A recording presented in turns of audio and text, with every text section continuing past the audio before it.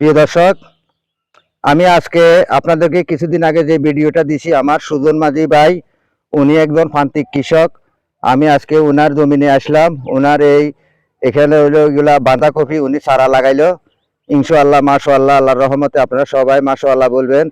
আমাদের এই চট্টগ্রাম হাটাজারি আদর্শ গ্রামে যে কৃষি গড়ে উঠতেছে, ইনশাআল্লাহ সব কৃষকেরা এখন সম্পূর্ণভাবে সবজি লাগাইতেছে, সব কিছু কৃষিকাজের আওতায় আসতেছে। এই যে আমার সুজন মাঝি ভাইয়ের এটা হলো সম্পূর্ণ বাঁধাকপি।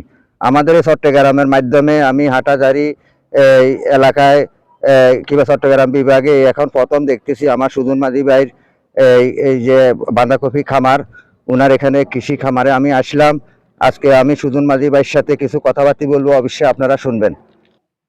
আসসালামু আলাইকুম। ওয়ালাইকুম আসসালাম। ভাই ভালো আছেন? এই মাশাআল্লাহ। আপনার দর্শকের জন্য কিছু বলেন। এই যে আপনি যে